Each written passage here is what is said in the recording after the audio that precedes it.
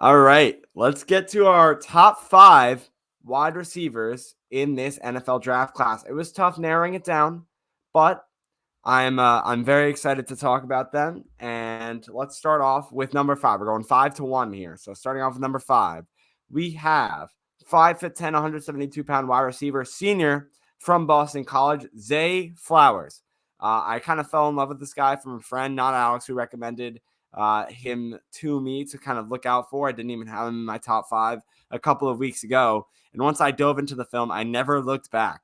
Flowers, once he's in one-on-one coverage, anytime in that case, and that's with a couple of other guys, but it's a little bit different with him because when he's in one-on-one coverage, his route running ability is just absolutely elite. He will get past your guy if it's a cut involved in there.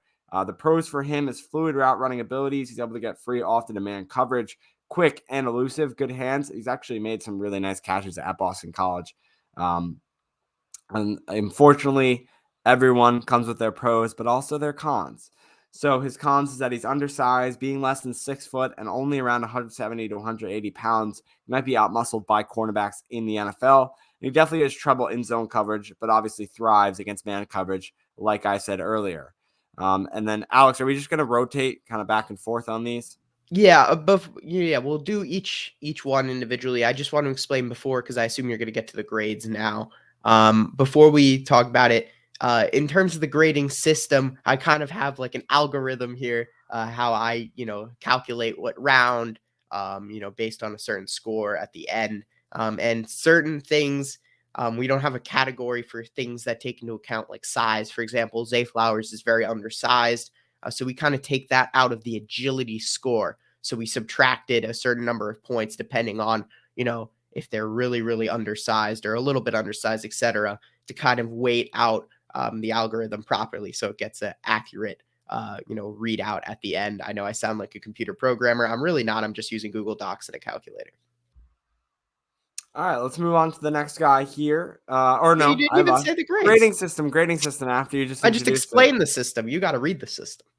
All right, so we have for our player comparison, it's Christian Kirk, the guy who was on the Arizona Cardinals, and didn't he transfer teams now? No, now he's on the Cardinals. Yeah, I No, think now he's on the Jags. What are you talking about? Oh, right. So he did transition teams. I Yeah. knew. So he used to be on the Cardinals, now on the Jags. Christian Kirk, our comparison there. He's supposed to be a late first round pick, Flowers, although he could very well go second round as well.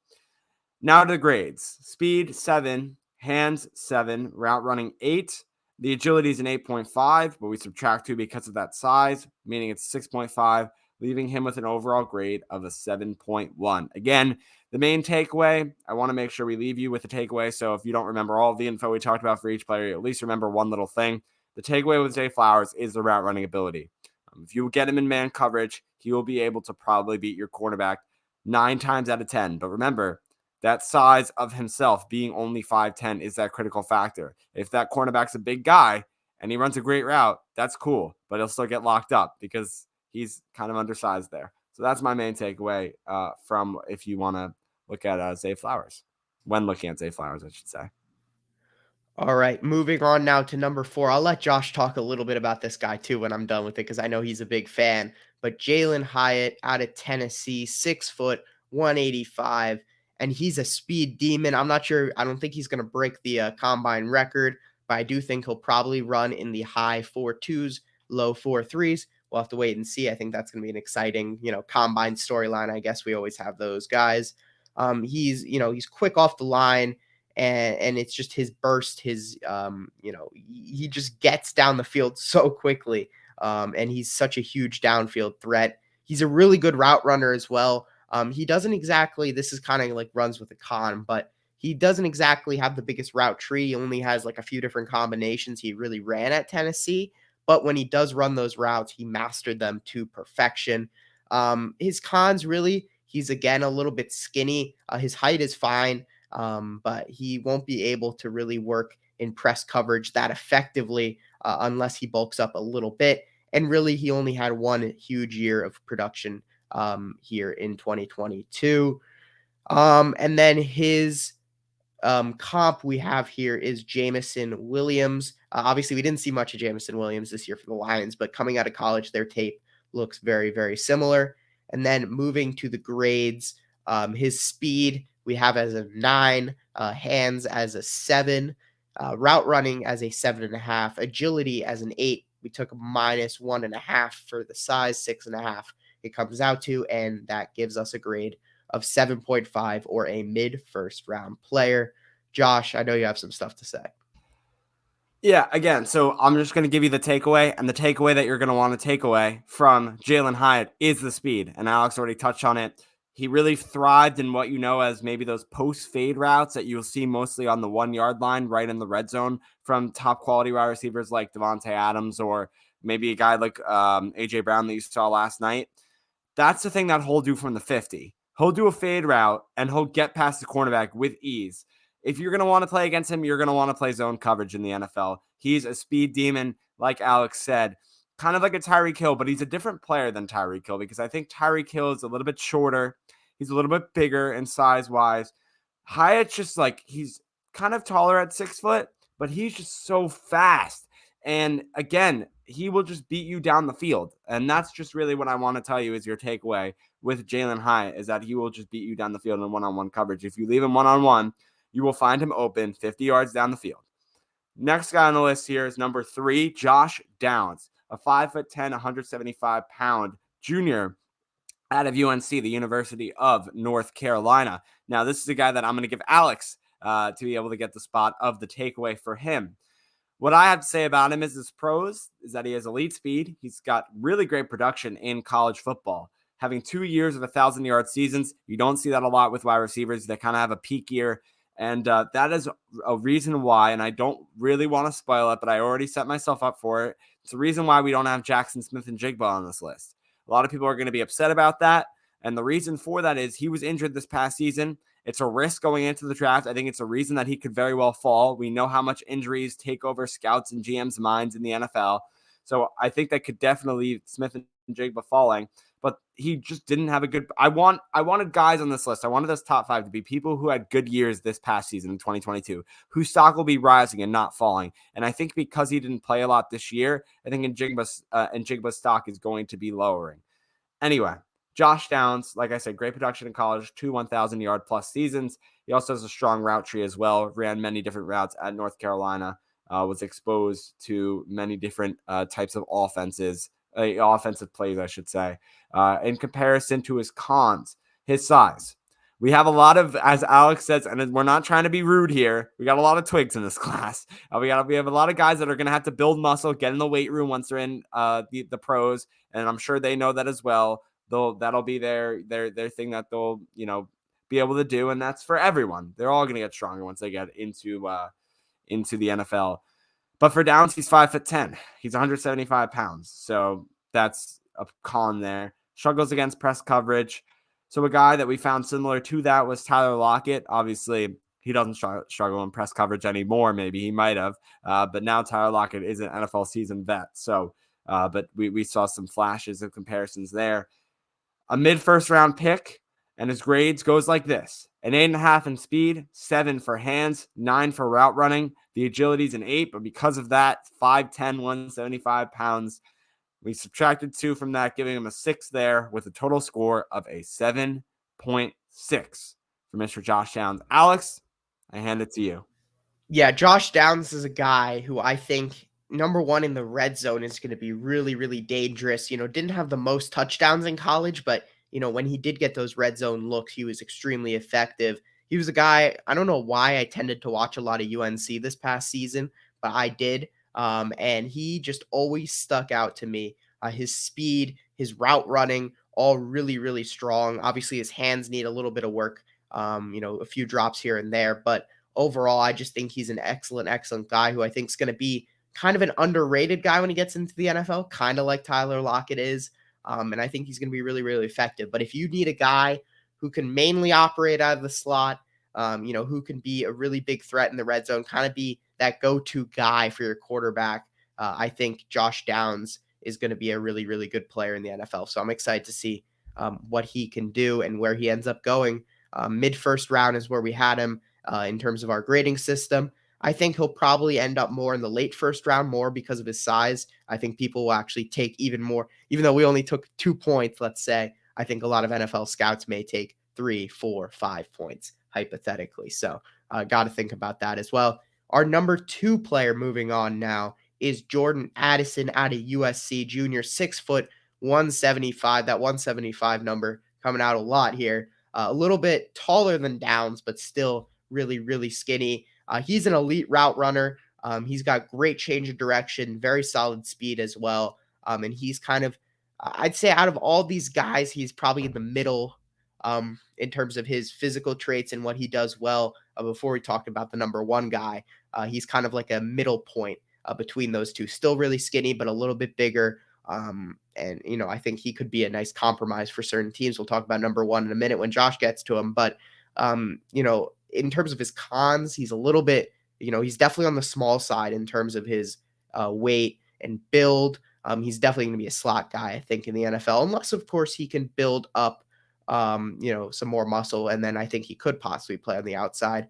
He definitely struggles against press coverage in the limited time we've seen him face that in college. So that could be an issue for many of these guys. I feel like we keep saying this over and over again. And then drops. Drops were a big issue for Addison at Pittsburgh, but not as much of a problem at USC. He's definitely improved and will probably continue that progression, hopefully, in the NFL. And for our grades, actually, before I get to the grades, I'm going to do a comparison. Devonta Smith, a very similar build and kind of similar film even coming out of college. So I think that's a really nice comparison for him. And then for the grades, speed, we have an 8, hands 7, route running 8.5, and the agility we have as an 8. Take 1 off for his size. That's a 7 and a 7.6 final grade, also making him a mid first round pick. Josh, do you have any final thoughts on him, or do you want to move on to our number 1 guy? Not really any final thoughts on Addison. I just wanted to say that these top 2 guys have been very consistent on everyone's list. That hasn't really changed between Addison and this number 1 guy, Quentin Johnston. But after that point of 3 to, let's say, 10, and you look at all these different sites of qualified sources, by the way, like a USA Today and PFF and Pro Football Network and what else is it? I don't know, but you look at all the sites, and I remember like a few of them that I used. After that number 2 guy, right after Addison at 2, it's normally Johnston 1 and 2 with Addison. After that point, it's all over the place. So we'll have to see what other people say. Kind of as we get closer to the draft. I remember it's early February. I mean, the Super Bowl was yesterday when we're recording this. So I'm sure the list will continue to change. Combine will be really big for a lot of these guys. I think that's going to change a lot, especially for Smith and Jigba. I think if he puts up good performance at the combine, I think he could rise to the top 1 or 2. I still think that injury is going to drag him down the draft board, but we'll have to wait and see. Okay, so anyway, number 1, I already exposed it. Quentin Johnston out of TCU. He's a junior, 6'4", 215 pounds. His pros. He's quick cuts. His directional changes are very good. Chops his feet well. He's very tall. Finally, someone that is tall in this draft class when it comes to wide receivers. All the other guys are kind of shorter. He can bully defensive backs. However, he does have some cons, just like all the other guys. Drops. I'm sure that's something that he can just get better at in the NFL. I don't want to say it's an easy fix, but he did have 8 drops this past season, and something to note.